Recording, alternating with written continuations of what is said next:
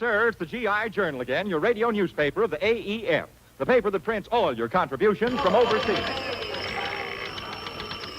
Men, on the target range, a bull is a clean hit. Well, here's a man who, while he may not be a hit, is definitely a lot of bull. Your original editor-in-chief, Kay Kaiser. Well, hiya, men. Hiya, well. Say, men, it's sure a man-sized help and a pleasure being your editor again. This is your five-star final, and standing by are your five-star reporters. And, of course, our star outside reporter, Professor Colonna, who ought to be calling in with a big story right now.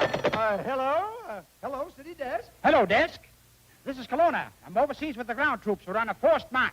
A forced march? Really? Yes, and we're carrying full field packs and everything. We're really loaded.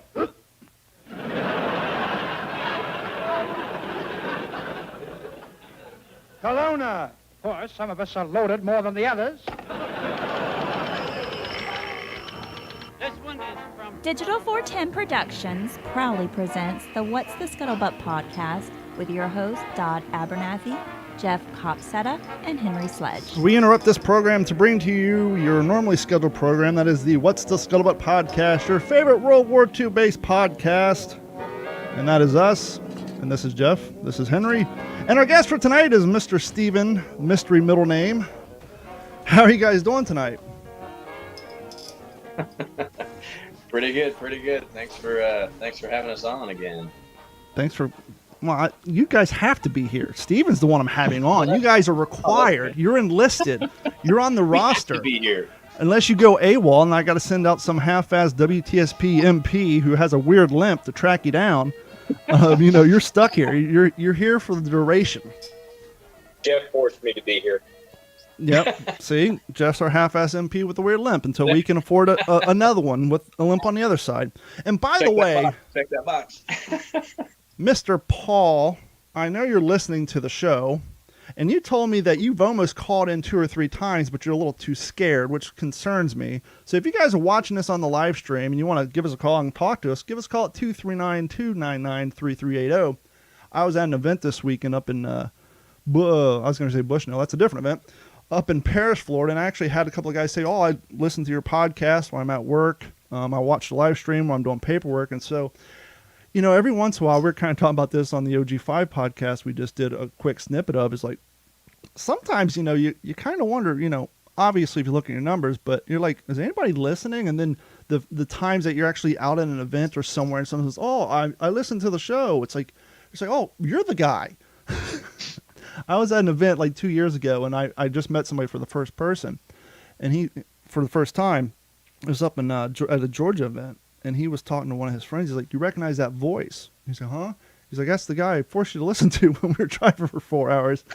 And so it's nice when you have the opportunity to meet some people, but it's cold here in Florida. I think it's like 68 degrees. How are you all doing with the new winter upon us weather change? Well, we had winter about 2 weeks ago on a Tuesday. It's 77 degrees today. Yeah, because you were posting like photos like out in the snow. It was like, where are you at? Oh yeah, that was the Snowmageddon last when was that, February? Yeah, it was February. Steven gets extra points for wearing the WTSP t-shirt. Shout out to you. I forced him to do that too. What's that, Steve? You broke up a little bit. Oh no, I said thank you for sending me a replacement. Oh yeah, you're the one. Yeah, our vendor changed their way of doing things. And funny thing is, when Jeff sent me that photo, I saw a guy on TikTok who was using the same vendor, and he was complaining that some of their shirts were having issues. But luckily for us, your that shirt that happened to was the only one that I either know of that happened to, or the only one that they reached out and touched us and said that that it was an issue. I want to play something I recorded here real quick because I'm still reading September Hope, and I was bringing this up at the event I was at this weekend because we were doing the Von Cassinger Express, and there's actually it was funny, a lot of people there in Airborne, and not a single 101st. It was almost like someone sent out a memo, which no one did, but everybody there had an 82nd Airborne patch on their sleeve. But I was reading this in September Hope, and this is something I didn't know, and it'd be interesting if you guys did. As with the previous day's mission, few of the glider pilots had trained co-pilots with them. They simply chose a competent-looking airborne soldier put them in the right seat, and quickly briefed them on how to fly the glider. Aboard one Waco, Lieutenant James Fox, a glider pilot in the 441st Troop Carrier Group, selected a sergeant who was in charge of the bazooka team. The aircraft was loaded with a jeep and accompanying supplies. "There's nothing to it," he told the skeptical sergeant. "It's just like driving a truck." Private Ralph Smith, a sniper with the 101st Airborne Division, had been chosen by his commander to accompany the jeep and its driver to landing zone W. As paratroopers, Smith and the driver were already leery of riding in the rickety glider. As they flew along, the pilot turned and dispensed complicated instructions on how to land the Waco if he got hit. Smith and the jeep's drivers glanced at each other apprehensively and then looked at the pilot. "Sir, you can do all three of us a big favor," the jeep driver said. "Don't get hit." This has been an excerpt from September Hope, The American Side of a Bridge Too Far by John C. McManus. So I was amazed to find out. Now, I don't know if this is simply an Operation Market Garden thing because this is the biggest use of gliders at all time, and so maybe they took their trained co-pilots and made them pilots. But the fact that you're in the air, this wasn't discussed on the ground, but you're in the air in a glider, and the pilot turns around and says, "You look squared away. Come here. Let me teach you something. And if I die, here's how you land this thing." And by the way, something else I didn't know about gliders, they had steering wheels like a tractor. It wasn't an aileron and a stick. It was literally flying with a steering wheel, and I guess you could just slide the whole damn thing over to the passenger seat. And, I mean, could you imagine being that guy, Jeff? You're sitting behind me. The first thing that comes to mind is, did they turn around and pick somebody, or did they go, "Hey, I need a volunteer"? No, Never volunteer. Well, I think that's why they didn't ask for volunteers. I think they literally said, "I like the way you have your collar on, or your helmet's at a jaunty tilt. Get up here." And it's just insane. And there was actually, and according to the book, there's a lot of the guys who were just flying like heavy artillery and jeeps. They were in there by themselves, and they said, but with all the downdraft and updraft and crossdraft from all the planes up there, by the time they got on the ground, they were just physically exhausted from fighting that steering wheel and trying to keep their glider level so it didn't get in the way of the plane above them or below them or to the left and right. And I guess the amount of exertion put forth on those pilots was insane. Yeah, and it kind of reminds me of towards the end of the war, the air war in Europe, when it just wasn't worth it to have that extensive bombardier training for, when we're sending over hundreds and hundreds of bombers to bomb Europe. Just get an enlisted guy that can go click with a toggle and drop the bombs, open the bomb bays and drop the bombs when the group leader or the the squadron leader, whatever that lead bombardier, whenever he drops them, you drop them. Did they start doing that? Well, they started doing that, I think, in 1944, I want to say. But yeah, they were called toggliers. Wow. They were simply, this is when they were starting to use the Mickey device, where they would remove the ball turret, put the radar dome there. That when we were using radar to bomb through heavy smoke screens, or then weather wasn't as much a factor over the target. But yeah, it wasn't worth it to be training these guys to be bombardiers when, if the lead bombardier drops the bombs, hey, you flip the switch. But what happens if the lead bomber gets shot out of the sky? Do they have a redundancy system? You're going to have your contingency plans, and they may take a couple echelons and combine into one, or fly, because they were typically in a 3 or 4 plane group. Yeah. So if one loses, somebody else is going to fill in. They're going to have more than one guy, but I would say probably one out of every 3 or 4 bombers only had the bombardier. So if you've got 300 bombers up there in the air, you probably only got 100 trained bombardiers, because there's just no need to have 300 bombardiers in the air, when you all have the same target. So kind of the similar instance where, hey, you look like you could do this. We don't need to train people and all that other stuff. It's, hey, you. Well, the crazy thing is, and one of the complaints that the glider rider NCOs had was the glider pilot's job was to get them from point A to point B. Once that glider's on the ground, they were not trained in infantry soldiering. They were trained by the Army Air Corps to fly that glider. They had, basic boot camp marksmanship, but they did not go on to do infantry training, field tactics. Their job was to land the glider and make their way back to get taken back to wherever their kickoff point was. And in the case of Operation Market Garden, the NCOs are complaining because now you got 200-300 of these guys out there who aren't willing to do shit. And a lot of them end up getting put on guard duty when they start, getting all these Germans. But a lot of them weren't even willing to and since they're technically a part of the Army Air Corps, the Airborne NCOs had no authoritative power over them. So they didn't have to listen to them if they didn't want to. Some of them obviously picked up a rifle in a survival situation, but once things died down, it was like, see you later. And they just started walking the other direction. I just finished McManus's book, Americans at D-Day, mm-hmm. and he talks a little bit about the glider corps, but I actually did not know that, but I'd kind of wondered about that. Just, what were these guys supposed to, because, they really weren't rated pilots. Mm-mm. They were basically trained to fly that glider. And when you're the NCO of 82nd Airborne or 101st, and then you find out that the British equivalent to the glider pilots were cross-trained, and so their job was to land and then be a fighting man, not to retreat and wait for the next mission. They're like, why aren't we cross-training these guys? But Army Air Corps wasn't down for the cause. And that book, September Hope, has got me so interested in the whole glider side of it and learning more about them as well as the Operation Market Garden. This book just came in the mail today. I haven't even cracked it open yet. It's called 4 Hours of Fury. And because I was looking online for some more 82nd Airborne and glider stories, this is the untold story of World War II's largest airborne invasion and the final push into Nazi Germany by James M. Fenelon. So I'll be reading this here shortly. And then the book that I actually ordered during the last episode finally showed up, which is the Peleliu Tragic Triumph, The Untold Stories of the Pacific War's Forgotten Battle by Bill D. Ross.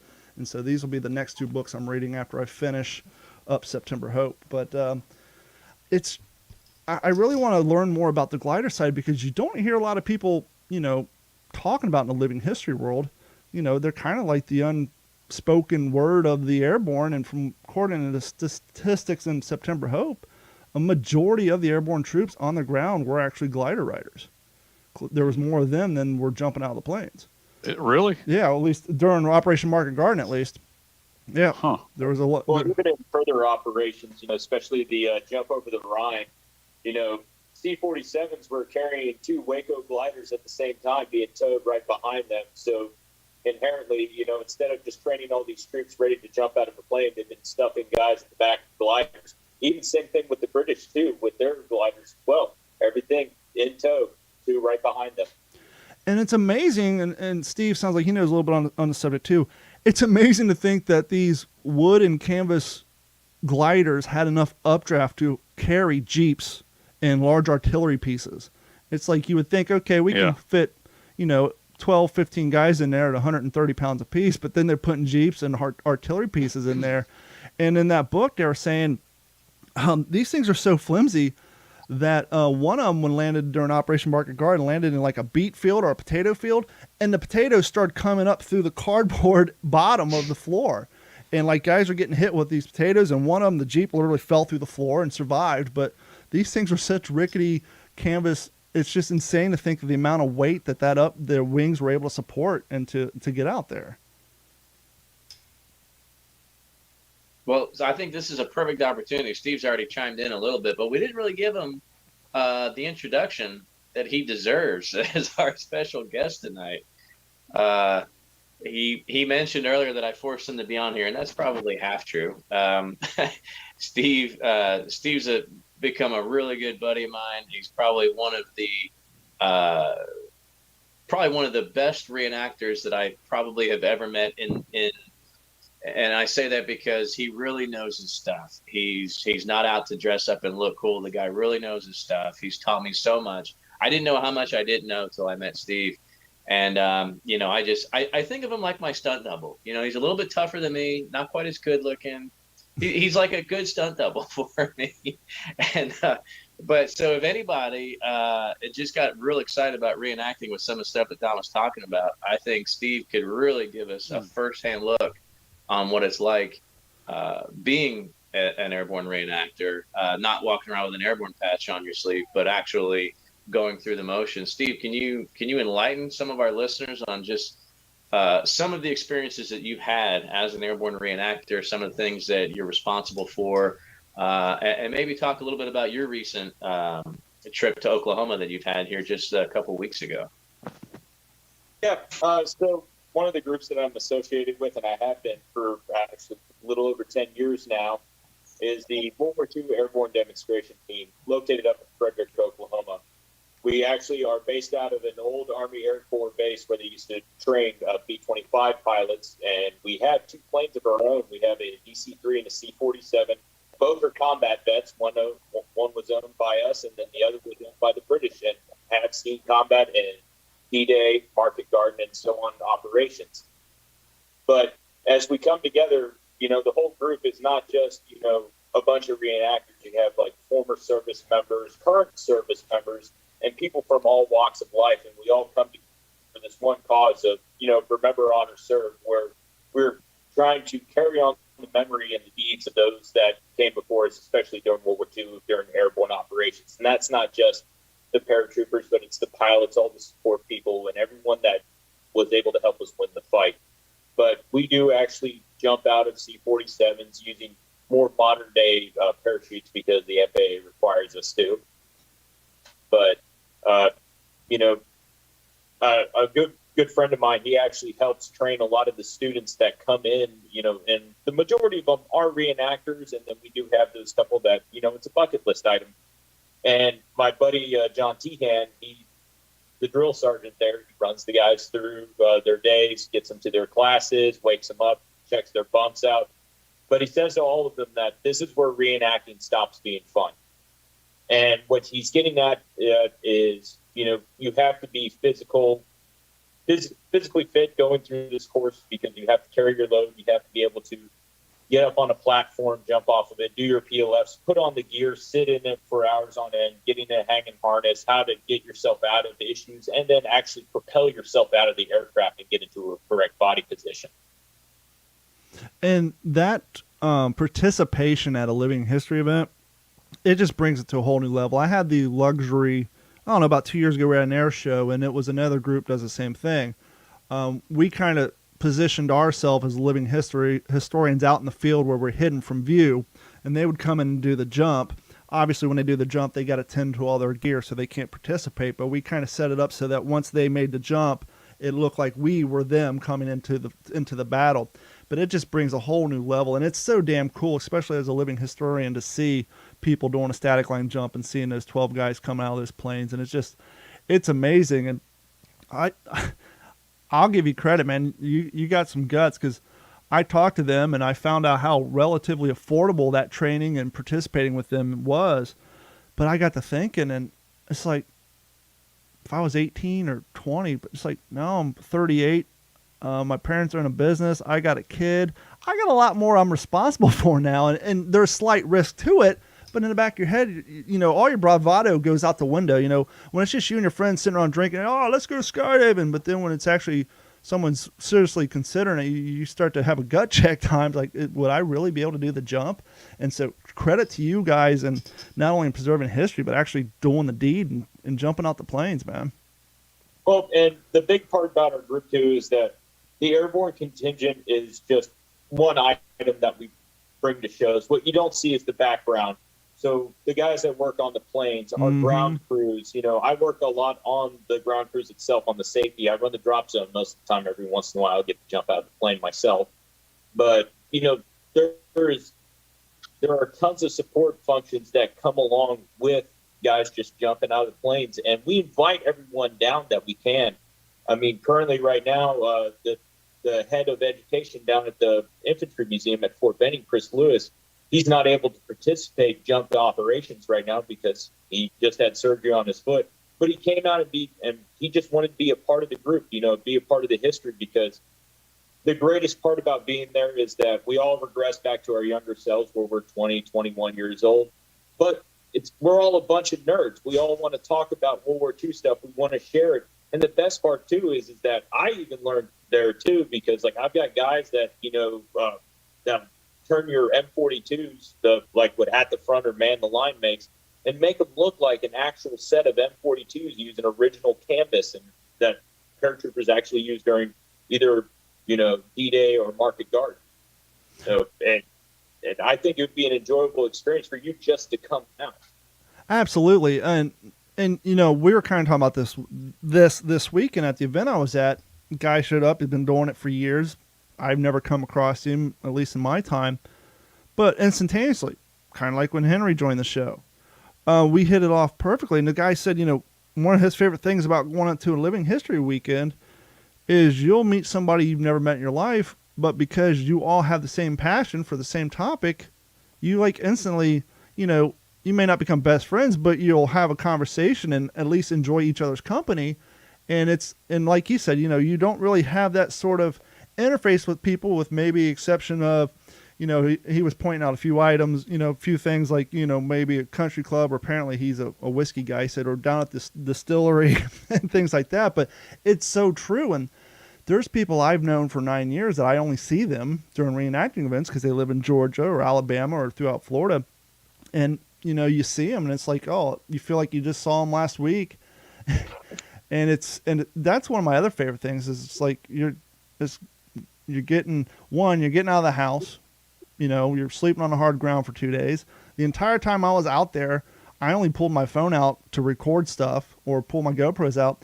I came back and Carrie was talking about that concert where 8 people died. And I'm like, what are you talking about?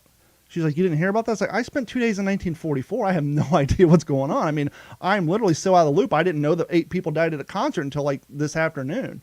And so it's just so nice to just step away and just get outside and just be around like-minded people talking about something we all have a passion for. Oh, I absolutely agree with you. And, I just came back from our October jump school, spent 2 weeks up there. Same thing. I basically turned off my phone except for to, take some pictures if I did or receive pictures. But, just get that full immersion and walk away from everything. What other time, during the year do I get a chance to just ride around in World War II vehicles and jump out of planes and just hang out in a hangar and be with my friends who, we all enjoy World War II. And it's not just the airborne stuff, but all types of the history that became part of World War II. If Jeff and Henry don't mind, I want to kind of give you the classic WTSP treatment, and that is the first time we have someone on. Let's go back a little bit. Give us a little, where you're from, where you grew up, and actually how you got bit by the history bug, and what got you from there to here today, if you don't mind giving us like the Cliff Notes version. Well, not a problem. I actually grew up all over, military family, so, you name the states, I've been there, but one of the main places I did set down a lot of roots on was in Delaware. And, I always loved history because my dad, he would always take me to museums. And, we had local museums, especially the Dover Air Force Base Air Mobility Museum. I actually started doing plane restoration there. But one place that I actually really started to get into reenacting was this coastal artillery battery called Fort Miles. And, we would do pre-World War II and World War II style get-ups, and we would actually have the gun batteries up and running. We would learn the history behind everything and actually have the base, for the most part, fully manned where guys are running the guns up in the towers, communicating with each other, the spotlights. And then, of course, too, that just carried on where I got involved with the guys with who do the 45th in Company K up in Pennsylvania. Started doing Reading Air Show, and then, of course, to Fort Indiantown Gap. I was going to ask you if you ever did FIG before it got canceled. I did FIG back in the day when it was fun. Yeah, I knew the guys who were there, because a lot of my Florida guys, they would go every year, and they were there the last year, and I got the skinny on why it got canceled. That's a damn shame, but that was one I never got the opportunity to go to, because it got canceled probably 3 or 4 years after I got into the hobby. Why did it get canceled, if you don't mind me asking? The unofficial thing from what I heard, the scuttlebutt, if you will, there was a lot of things leading up to it. Certain things being left around that looked like realistic bombs that weren't picked up. So Fort Indiantown Gap is a operating base. And so after the weekend goes, a lot of times they'd find grenades or whatever laying around, and they'd have to treat them like they're real and make sure. But the end all be all from what I heard, and this is unofficial, this is just the scuttlebutt I heard in the community, it was there was a bad mortar accident. Guy damn near lost his hand, and it was just, they couldn't take the liability anymore. Things just got too out of control, and either he did lose his hand or damn near lost his hand, but damn near took his hand off. It had something to do with the mortar. And Steve, that was the same story I heard as well. Yeah, and so they're just like, look, we're an active military base, and we just can't take this liability anymore. And I from what I heard, it had been building up. I guess each year with the planning, it was like they're a little more and more reluctant to do it just because there was things going on that they just weren't down for. And then that was just like the last straw. I was like, no, it was fun while it ran, but no more. And it's completely understandable. I mean, that's a major incident to happen at an event. Yeah. So what is your, obviously the Air Corps stuff, but what's some of the other realms of expertise? Do you have a particular theater of operations that you're really into, or you do the gambit? So I cover it all. You can ask Jeff. If you ask me to dress up as something, I can most likely put together something. A whack? But I do enjoy the European theater of operations. That is my favorite. Most of my family members during World War II did serve over in the European theater of operations. My grandfather, he was in the Pacific. He was a CV, did all the island hopping with the Marines. But I just enjoy Europe a little bit more. And plus, too, when it starts getting cold out, I think more about Europe than I do, the Pacific. That's completely understandable. Is that a typewriter in your foreground? It is, yeah. What kind of typewriter is that? It is a Remington Model 1. Nice. Yeah, Paul, who listens to the show, he actually, when he does his living history, he brings out a field table, has the typewriter and the whole gambit. That's kind of his little world that he gets into. But yeah. Hey, Don. Yes. Speaking of other listeners, I wanted to remind you, and maybe this would be a good time now to mention, didn't we get a pretty cool shout out from a listener after last episode? I need to get into production and make a mail call intro. But yes, mail call time. Via Facebook. If you guys want, you can email us at mailcall@WTSP.com or even info@WTSP.com, or as this guy did, Mr. Roger Underwood, you can leave us a message on our Facebook page and either Jeff, Henry, or myself will get it. It says, hello, Don. I'm a recent, couple of months, listener, and I wanted to say hello and tell you guys that I like what you're doing, and I've been listening and re-listening. I have a connection with some GIs. My father was in the PTO, my uncle PTO. My cousin was in the ETO. Grandfather and his brother were in World War I, and a few more. I just want to say thanks for what you guys are doing. You, Henry, and Jeff are really good together, and I like hearing about all the things you have got going on in the books you've been reading. I would ask my dad to tell me a story when I was a little kid. The really cool thing was I came across some footage of him on YouTube. It was only about 3 seconds, but I'm 99% sure it was the old man. He was part of the campaign in Manila and was at Santo Tomas internment camp. He's the guy with the steel pot. He showed in the email, he had a screenshot of the video. He's the guy with the steel pot and the carbine, Mr. Roger Underwood. They said, I just thought I would share that with you. And I'd also share some of the affections I have with World War II history and all the things you guys do. Keep it up, Roger. And thanks so much for the nice, kind words and a very cool screenshot. It's not often that you see a picture of a family member on a YouTube video, well, with the exception of Henry there, but a friend of mine was actually down in Naples at the Florida Museum for the Holocaust, and I did an interview with them, probably episode 4 or 5, and her father was in 101st, and she actually saw a picture of him at one of the concentration camps in the background, and that was really blew her away to see. You wouldn't think that you're walking through a Holocaust museum and you see a picture of your father when he was part of the liberation of one of the concentration camps. So thank you, Roger, for the kind words. And as I said before, if you guys want to email us, send us an email at mailcall@WTSPWorldWar2.com or info@WTSPWorldWar2.com. You guys have any books you want to suggest or that you're currently reading? Yeah, I've got a couple here.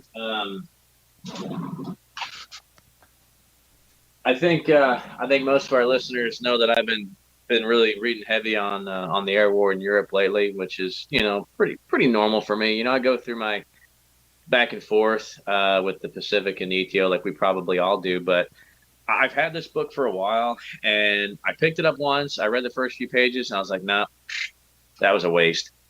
I simply bought it because of the title, and it had a cool cover, The Boys in the B-17. And you can see here by Tech Sergeant James Lee Hutchinson. He goes by Hutch. So I thought, okay, this is a memoir. It's very obviously self-published.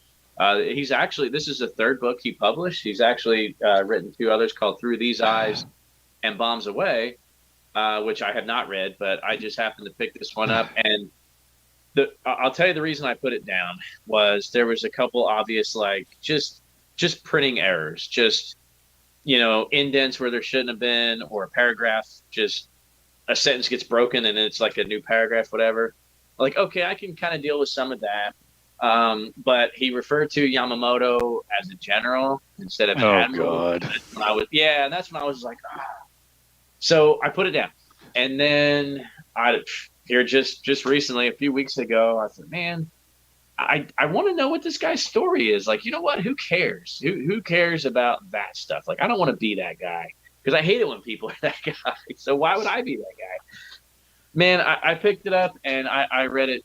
It was briefly. I mean, it was so quick. I probably finished this thing quicker than most any other book I've read, because I didn't want to put it down, because he does such a good job kind of giving you, he sets the tone chronologically at first. And I will say he kind of gets away from his own story, because he did come in late. He didn't get over there until autumn of 44, late, pretty much early winter, I guess you'd say, 44, 45. So his first missions weren't until November, December. In fact, I think his 10th mission was the day that the Germans broke out during the Bulge, December 16th of 44. So he didn't even fly a full complement. I think he only did about 20 combat missions out of the expected 35 at that time. So he was kind of late, but he was just, fresh, young kid. But it's really neat, because he tells enough of his own story to get you interested, and then he breaks away and he kind of sets the tone. What was going on in the Airborne Europe before he got, like, what is he walking into? What was 1942-43 like to really set the tone? And then on top of that, he just kind of peppers in a story about a Medal of Honor recipient, or something from his bomb group, 490th, something that the historian pulled from somebody else that served, or he'll pull from, I knew this guy, or he was in my Quonset hut, on another airplane, because, all the enlisted guys, there was like 4 bomber crews per Quonset hut, for the enlisted guys. So it was somebody he knew of or played cards with that night, but didn't fly with, necessarily. So it does a really, really neat job just kind of putting it all together for you. And you learn a lot. I mean, it was funny, the Army just knows how they'll figure out a way to screw you over. Like, there's no getting around it. I know that. Steve knows that. Anybody who served, like, you're not going to beat the system. And this guy certainly couldn't either. House always wins. So he goes to his primary school. He's a radio operator. Okay. So he goes to radio school in Sioux City, Iowa in the winter. Yeah. Okay. It takes all winter to get through radio operator school. Then he has to go to gunnery, because, like either a 24 or a B-17, these guys got to be able to shoot these 50 cals. So he's got to go to gunnery school. It's late spring when he's done with radio operator school. So guess where he goes to gunnery school in the middle of the summer? Florida? Yuma, Arizona. Yuma, Arizona. So he's like, 12 degrees below zero to 120 in the shade. No AC and to then be found. After gunnery school, then he's got to go back for, I think it was like crew training.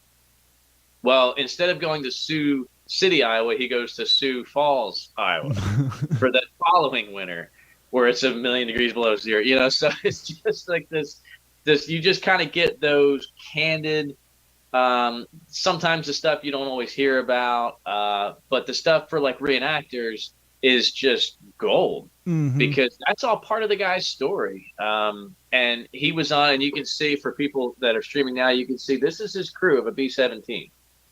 There's 7 guys, because at this time later on in the war, it wasn't a full 10 crew, so you've got a pilot, co-pilot, navigator, and then your gunners, but didn't always have a ball turret gunner because of the Mickey unit that they replaced the ball turret, the big radar dome.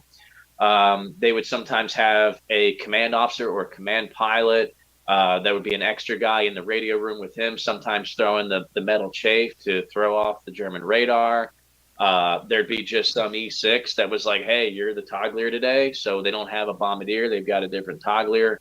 So kind of interesting, to see how we really had to evolve and really learn as we were fighting that war, how to better bomb, how to bomb more accurately, and how to, try to keep the cost down. But at the end of the book, it's really interesting, talking about his the trip over to one of the cities in Czechoslovakia where they got nailed by Me-262s. That was interesting reading about that, for sure. I'll have to check that one out. As I've been saying, I need to start catching up on my Army Air Corps stuff, and so I'll have to have you guys suggest some reading material. How about you, Henry? What have you been reading lately? Well, I just finished McManus's Americans at D-Day, like I said, and then my plan had been to jump on in, and because I've got the Americans at Normandy, which was his companion volume. I was going to tackle that next, but then I started reading Crucible of Hell by Saul David. I heard about this book from Paul on World War II TV, which, as you guys know, I was on Friday night or Friday afternoon. But Saul, I found out, has just written a book on K-35, which, of course, was my dad's unit in World War II. So Richard Frank suggested to Saul that I read the manuscript, and Saul wanted me to, so I did. So I just finished that, and then Saul asked me to write the foreword for it. So I got that done and sent back to him. Wow. In the meantime, I thought, well, I probably should read Crucible of Hell because, I really wanted to become more intimately familiar with his writing style. So I'm probably 150 pages into this, and then my next book, I'm honestly thinking about picking up or I've got it on my shelf. I'm thinking about grabbing it and reading the Black Cross Red Star. It's a book on the air war in the Eastern Front that Nice. I read it, 10 or 12 years ago, but I'm thinking about rereading that. So, we'll see what happens there, but I should have Crucible of Hell finished in the next few days. Are you guys kind of like me, where if you read a book on a certain campaign, you try to stay there for a book or two before transitioning, or do you just fly up and down the gambit? I like, Steve said, as it gets cooler, Jeff, I've heard you say it. I've heard you say it too. We're all in the same boat. As it gets cooler, I start thinking ETO more and more. Mm-hmm. I just started watching Band of Brothers again because we're going to be in New Orleans in January for the 20th symposium on that. So I'm really, we've been talking about Airborne stuff, but, usually I'll kind of stay in a groove there, and then as it warms up, I'll start thinking more PTO stuff. How about you, Stephen? What have you been reading lately? So unfortunately, I don't read too many firsthand accounts or stories. Currently, I'm deep into the M1 Helmet book. I can grab it because I can't remember the author's name. But reading the M1 Helmet, the World War II GI by Peter Osterman. He lives in Carentan, France. I got to meet him. Nice. Are you familiar with Jay Murray? I had him on. He was one of my first guests. I think if you go back to episode 8 or 9, I had him on, and he gave me a pretty good, off the top of his head, background of the compression helmets and how to identify them and the whole 9 yards on that. And that's, if you guys are new to the show and if you haven't gone back and listened to that episode, tune in and check out that Jay Murray episode. But go ahead. Yeah, definitely. So Peter right here, he was the one that actually got Jay Murray started. He helped him out a lot, and a lot of the helmets that are in here is what Jay Murray was modeling his equipment after. So, a lot of the original parts that he was using all came from France. So, Wow. And so I actually got a chance to, during the 75th anniversary, I was in Carentan, and I got the chance to talk to Peter. He even signed the book, really, really nice of him. But I just kept talking to him about, helmets and World War II stuff. He actually closed up his whole shop for me and just took me into like his attic and just showed me this massive collection of stuff that was left over after World War II, like just D-Day items, post D-Day, like everything was there. Like I saw weapons, parachutes, flight belts, preservers, parts of vehicles. Wow.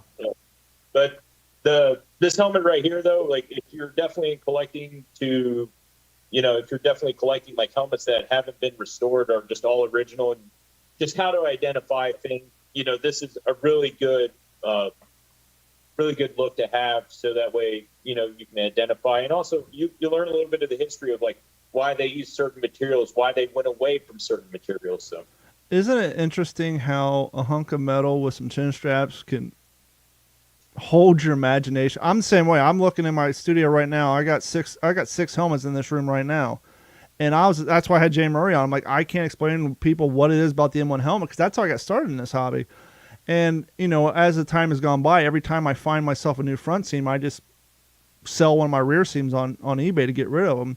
And within the last year, I've gotten a original front seam D-Bell helmet that has the original paint. Some point in its life, it was a range helmet, because you can see where underneath the paint strokes on some of the paint bleed, you can still see the yellow paint. I have my Hollywood Holly liner in it. That's the plastic ones. I just put that one in there. And then this weekend, I premiered my recently restored. I had to paint over the 5 or 6 logos, but in the photos I posted on Instagram, that's a D-Bell front seam rear helmet that was restored. And but I'm the same. I don't know what it is about the damn M1 helmet. I want to know everything about them.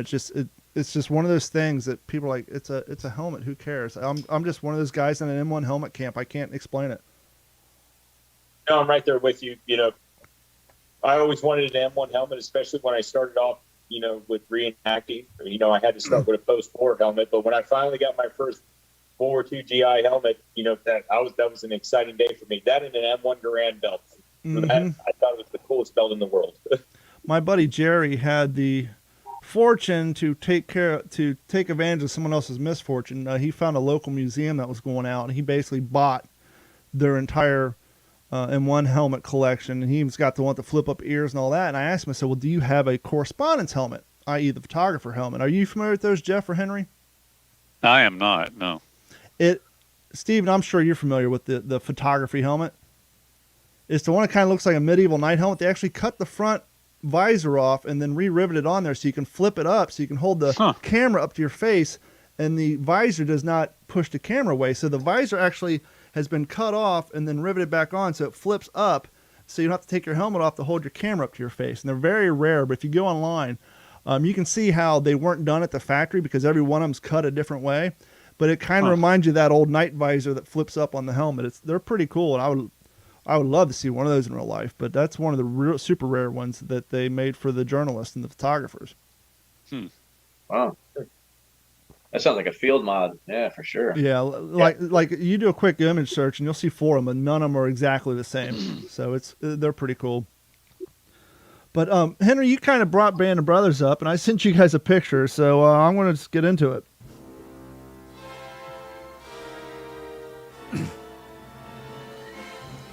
I'm going to call this the WTSP movie review. And one of the ongoing jokes with me and Jeff and Henry is that Henry likes the Thin Red Line, and Jeff and I not so much. Oh man, let's talk about it again. And well, I didn't bring it up. Well, he brought it up. I brought it up because I want to be fair, and I said that if I could find it for free, I would watch it again. And lo and behold, it's on Roku TV for free. And I will say the first time I saw it was in the late 90s, early 2000s, when I really didn't know anything about World War II. I just liked war movies. A Band of Brothers hadn't even been out yet, because that movie came out in 97, 98. And I found it somewhere. 98. I found it at one of those family-owned movie stores on video. I bought it, watched it, and I wasn't a fan. And I don't think I'd seen it since then. But now that I know a little bit about Guadalcanal and the PTO, I rewatched it. I'm still not saying it was a stellar movie, but I will say I appreciate it a lot more after the second viewing. I want to ask Jeff, when was the last time you seen it? I don't remember. It's so forgettable. I have seen it twice. I have seen it twice. I saw it when it first came out because I was super pumped because after seeing Saving Private Ryan in theaters, and I was like, I don't know, 13 or 14 years old. So, but I was a huge, like, Pacific War buff. I mean, it was B-17s, and then the Pacific. So after Saving Private Ryan, I was like, okay, they got to make a movie like this, but in the Pacific. And that's what I thought the Thin Red Line was going to be. Well, I was right there with you. I mean, yeah. And Guadalcanal was like my thing. That was the one island that I knew more about as a young high school kid than any other campaign in World War II. So it was like win-win. And then I watched, and I'll admit, so the first time I saw it, I knew like it was over my head was the problem. So I saw it again, and I want to say I was in the Army when I watched it again. So that's been 20 years ago, somewhere in there. So it was equally as disappointing the second time. I think one of the downfalls of that movie is and Henry might agree with this, it's kind of a movie for people who know about Guadalcanal, because there's a lot of stuff they're showing that they weren't explaining with narration. And so if you don't, like, for example, when they're on the ship after Sean Penn, finds the homeboy who was camping out with the natives and trying to go AWOL, and they're down in the ship, and they're showing the guys talking and this and that, and all of a sudden they show the guys pounding on the door screaming, "Let me out of here," and they make no reference to it. They didn't say, well, the Navy had a policy of not letting us up on top when we're in dangerous areas. And there's a lot of things that are just jumping back and forth that the narration or anything didn't even discuss, which were the things that kind of confused me the first time I saw it. I didn't understand. This movie opens up and he's hanging out on a beach with a bunch of natives, and what the hell is that all about? Really? And one of my things I did enjoy about the fact is they showed the native scouts, and one of them looked just like Vuzo, but with a beard. And I really enjoyed that. I will say, it is lacking on the action at first, but I don't hate it as much as I used to. I enjoyed it now that I know about Guadalcanal. I still won't say it's one of my favorite World War II movies, but I will say I've been unreasonably hard on it. And I did enjoy it. I won't say it's one of my favorites. Yeah. But the thing, I mean, like you, Jeff, I have a penchant for Guadalcanal, and I mean, a lot of it was filmed on Guadalcanal. See, I think maybe the problem is that I stopped listening to Don when he said Sean Penn. Everything after that, I haven't heard. I didn't hear a word. We said the same thing about A Midnight Clear when I said Ethan Hawke. No, absolutely. And there's who I saw in there, and I could be wrong because, of course, this was 5 years before Band of Brothers, but it looked like the actor who played Joe Toy, I think, was a background actor in that. He was on screen for like 6 or 7. Tell me nothing. Yeah, he was on there. That was him, yes. Yep. And there was a lot of young cats on there. I think the other kind of thing, and I get where they were going, and obviously the only part of the remake was the title. I guess the movie itself had nothing to do with the original one. Who the hell played the commander? Nick Nolte. Nick Nolte. His character at some point seemed a little unnecessarily harsh. It was like they're just trying to make him the world's biggest dick. God damn you, Staros!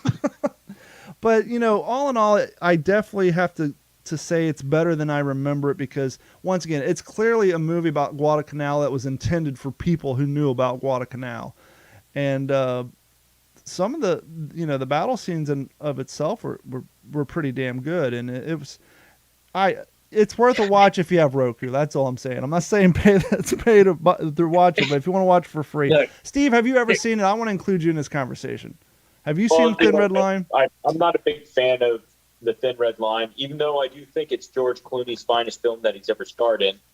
But I think the storytelling could have been done a little bit better. Yes, the action scenes were great, the uniforms, all that other crap. But I got lost in the fact that the story wasn't really told in a way that, because I don't know that much about Guadalcanal. Yes, I know it's an island. People fought on it. Yes. But I don't know the true ins and outs. Yes, I do know some of the nerd stuff about, the little nuances and everything. But the storytelling wasn't the greatest. And I think that if they would have done it a lot better, I think I would have liked it more. Yeah, it's like they left the storytelling to the characters in first person, and when Nick Nolte was doing his voiceover work, it was all growly. You could barely understand him, and some of the other, like the cat who was hanging out with the natives. It's like I kind of felt like he only got the role in a movie because he won an award for Pay It Forward with the little cat from Sixth Sense. It's like I kind of feel like that's why he was in there, but it had a huge cast. Going back and rewatching it now, it's like they had just about every damn person in Hollywood on that movie. Well, absolutely. I think you said it best. If they're going to go in with the idea of making a movie for people, for their audience that knows already about Guadalcanal, they made that movie for 10 people. Yeah. The weird thing is it got nominated for all kind of awards. If you're going to make a movie like, hey, we're going after the audience that knows about this campaign. Okay, great. Very niche market. Yeah. I was going to say, then don't release it in theaters. The movie that I have not changed my opinion on, which is also on Roku for free, is Wind Talkers, and I only made it through about 15 minutes of that. And that's I just had playing in the background while I'm doing computer repair. And there's just, I mean, I know we don't like to nitpick on uniforms, but when you got a close-up of freaking Homeboy's foot and his boondockers have like modern-day construction worker treads on it, it's like, yeah. But yeah, just I feel bad for Adam Beach. Because I do like him as an actor. I feel bad for him being in that movie. Guys, let me ask this question because I never saw Wind Talkers. Okay. Or Wind Breakers, as I know you guys call it. What about it was so bad? The acting. Nicolas Cage is acting. There's an opening scene where Nicolas Cage is having a flashback to when his whole platoon got wiped out. And the acting of the guys is just... Okay. It's bad. I'll very simple. Henry, have you ever seen an episode of The A-Team? Yeah. That's it in a nutshell. They have unlimited ammunition, no magazine changes, and they don't hit anything. I will say the opening scene when they land on Saipan, they spent a shit ton of money on a pyrotechnic and filming that one scene. Like that scene is where half of the movie's budget is, and it's actually. I will say this: that my predecessor in my last museum job was an advisor for that film. So, and he's the one who really who was that, Jeff? Who was that? Well, I don't know if I want to mention the name, but he you're talking about at the Nimitz? Yeah. Okay. Well, don't say the name, man. I knew some people out there because I did take some of my dad's stuff out there about 20 years ago. Not all of it, but a few things. Yeah. And absolutely. I met a guy out there. It was just funny because that guy didn't make a very good impression on my wife. Okay, well, we'll leave that there. But so even after seeing it, then to hear from like his perspective, what he tried to convince them to do or to fix or to not do. And Henry, you've been there. And so then you go back and like you look for the ridiculousness, then it really ruins it for you. Yeah. And then my son, I guess he's 15 now. So he was probably, I don't know, 10, 11, 12, somewhere in there. He's like, hey, Dad, I saw the shadow of a helicopter watching Wind Talker, the camera bird. Like, no way. And then he pointed out, like, yeah, sure enough, that's a helicopter. I may have to watch it just to see that. Yeah. That sounds awesome. Jeff, I do blame that on you, though. You've ruined him. You've ruined war movies for him because all the thinking we do on uniforms and everything else, we've ruined him for life. Absolutely. Well, and that's the burden we all have to, that's the cross we all have to bear as living historians. And, when it comes to our own groups, we're not quite Stitch Nazis, but when it comes to damn war movies, we're after that's not the right button. Oh, yeah, I was going to say, if you watch that movie in the mind state of like you're doing your own version of Mystery Science Theater 3000, where you're prepared for watching a bad movie and you're intending on cracking on it, give it a run. And it's sad too because that is a subject matter that really needed more light shined on it, the code talkers and all that. But just having Nicolas Cage as the leading man, followed up by Christian Slater, it was just, The casting was just a bad run. Yeah. The cat who played the main Native American from Joe Dirt, he did a good job. The Adam Beach. That's what I'm talking about. He's in Flags of Our Fathers. He played Ira Hayes. Yeah, and the ensemble Native bad. Americans did really good. He's a great actor. I feel bad that is on his resume. If him and his ensemble cast would have carried that without Christian Slater and Nicolas Cage, if they would have just put some no names in there, it would have been some no name better actors. It's John Woo though. Yeah, it's a John Woo film. Yeah, so it doesn't matter who's acting. Yeah, I was gonna say and a different director, but yeah, I don't know. It's a damn shame, really. It really is. Well, before we go, I'll go ahead and put in a shameless plug since we're on movies. This coming weekend, Happy Veterans Day, everybody, to all those who served. We're almost to that time of year when guys like us just want to hide for the day, and it is what it is. But Walking Point, we've mentioned that movie maybe once or twice on What's the Scuttlebutt. Walking Point is going to be there's a film festival in Franklin, Tennessee this coming weekend, and some of the lead cast is going to be up there for that film fest. So we're really excited about that. Hopefully we can bring home an award or two from that film festival as we're kind of wrapping up. I think there's maybe only one more after that, and then we're going to, I guess, do whatever the executive producer and director want to do with it after that. But I can't wait. Obviously I know Don has seen the movie. Mm-hmm. I really can't wait for Henry to critique it. I'm looking forward. It's still on Amazon Video, right? It's still up on Amazon, ain't it? Yes, it's still on Amazon Prime. Yeah, Jeff, didn't you sent me, and I am going to watch that, but you sent me, I think, a link to it or something. Yeah, I sure did. Yeah, and I know you're not real savvy with that stuff either. So I've sent a pigeon. He is on his way. Or you can just go ask your son to help you. He is 15. He'll be able to pull up 30 seconds. My son's 13, man. Even better. The younger they are, the quicker they are. Daddy, I got this. Just let me do it. If you have a 3-year-old niece, they probably get it up even faster than the 13-year-old. The young cats are really good at that. And for those Marines listening, active and or retired, even though I'm a civilian, I have no right to say this, but to give credit where credit's due, 2 days from now will be the Marine Corps' birthday, November 10th. So happy birthday for those of you in the Marine Corps who are going to be celebrating that. Yeah. But, happy birthday. All that Semper Fi stuff. Henry, you have a busier schedule than anybody else. You've hit the ground running with your desire to get back into the World War II community. So with that being said, do you have anything you need to plug? You usually got a grocery list of things you need to get out there. Not really. Did the Paul Woodadge's World War II TV Friday, so that's up on YouTube. And we'll put that up on our site too, so you guys can find it.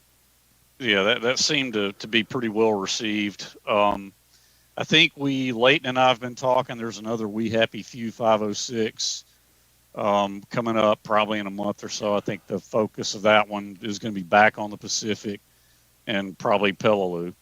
I was watching, not to cut you off, but just on that topic of his podcast, I was watching one of the earlier ones he did where he had the guy who played Blythe and Sergeant Martin, but I had it on in my shop, and so I didn't see the intro. And I'm watching, I'm like, who's the cat with the gray hair and the ascot and the super small glass? And then I realized, holy shit, that's Johnny Martin. He looks so different now because he has like the Einstein look going. He had an ascot on and like round glasses. It took me like 10 minutes to figure out who he was. Like, holy hell.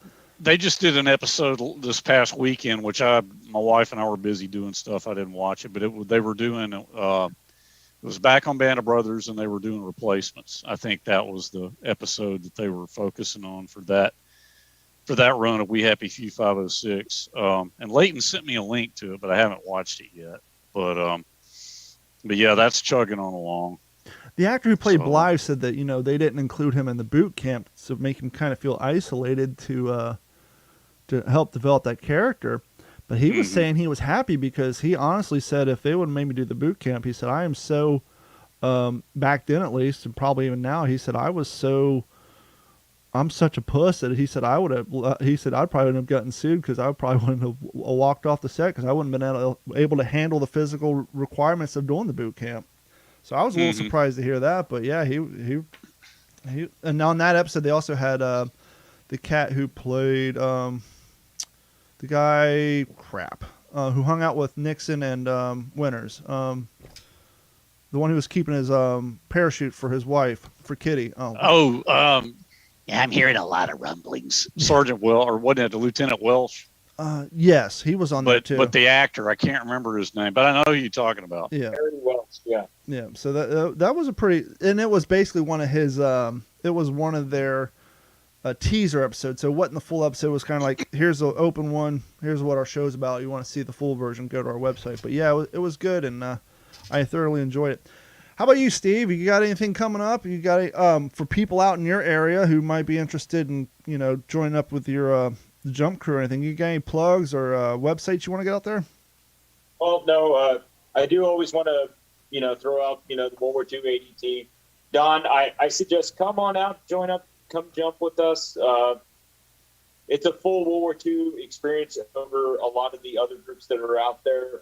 I really can't say any more about the groups that are out there because I just don't, it's not my job to talk about that. Yeah, that's why I didn't bring up any names. Come on out, come sign out, jump with us. I mean, there's guys out there that are old enough to be my dad in their 70s that are out there jumping, still doing it with us, keeping, the spirit alive of World War II, remembering everyone. And, and it's not just, 101st, 82nd. We got guys out there doing paramarine. You name it, it's out there. So, and we just got a bunch of guys that are doing Canadians. We have the French that come out here and jump with us. So they do all the French commando and insurgency, the Jetbirds.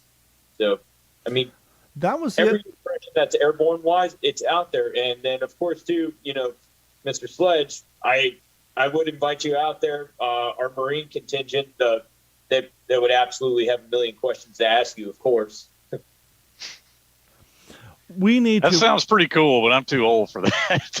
Well, no, you don't have to come jump. We'll just, you just drive around in the Jeeps with us and just go terrassing around on the drop zone. That would be cool, but where physically is this located now? Sorry, Don. I know you're about to ask something. It's in Frederick, Oklahoma. Oklahoma.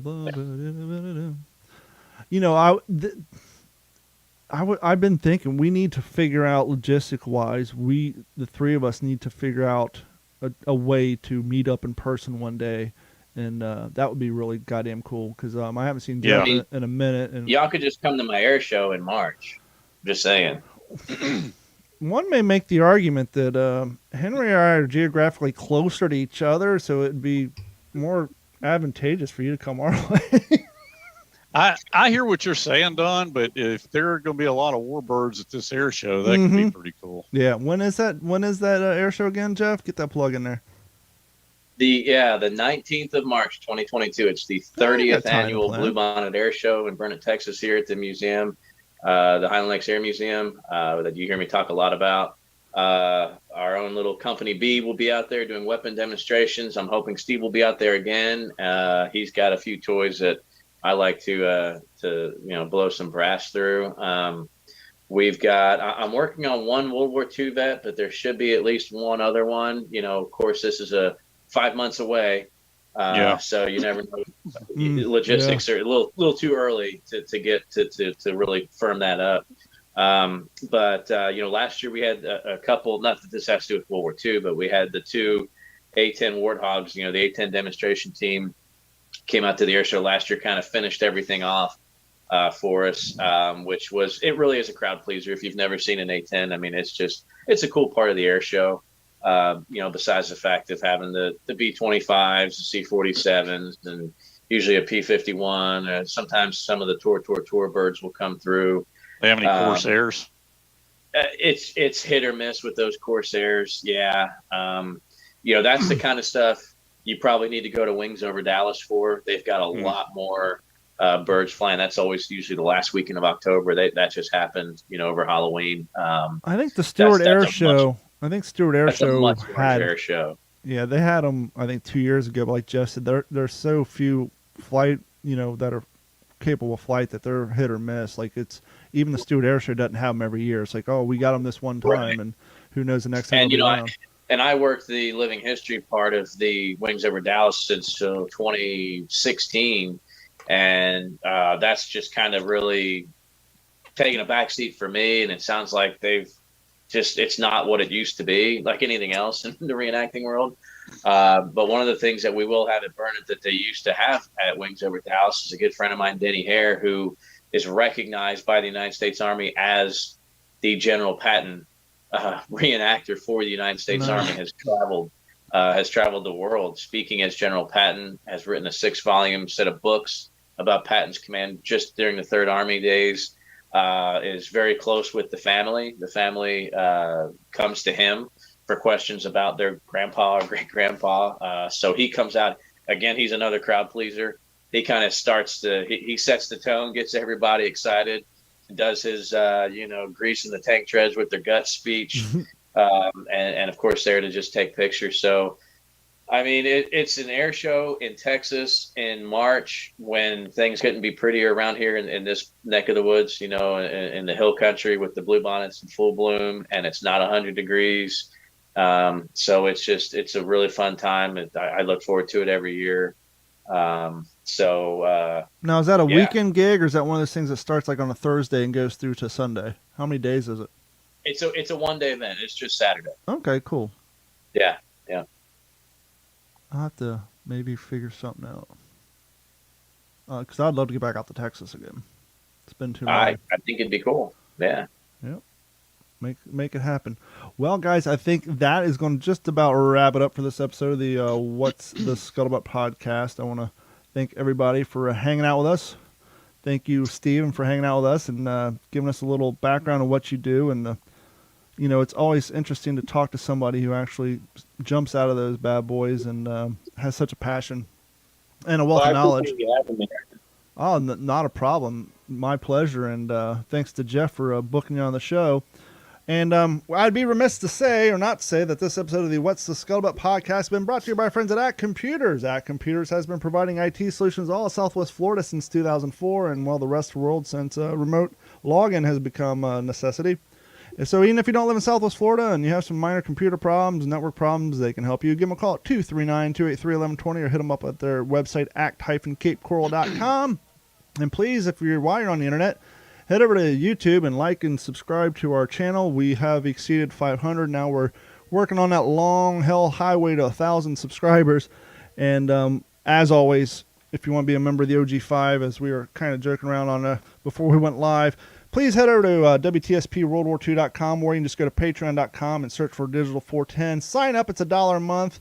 There's a plan for $3.50 a month and $7.50 a month as well. If you do the $7.50 a month plan, you do get a free t-shirt after your second month.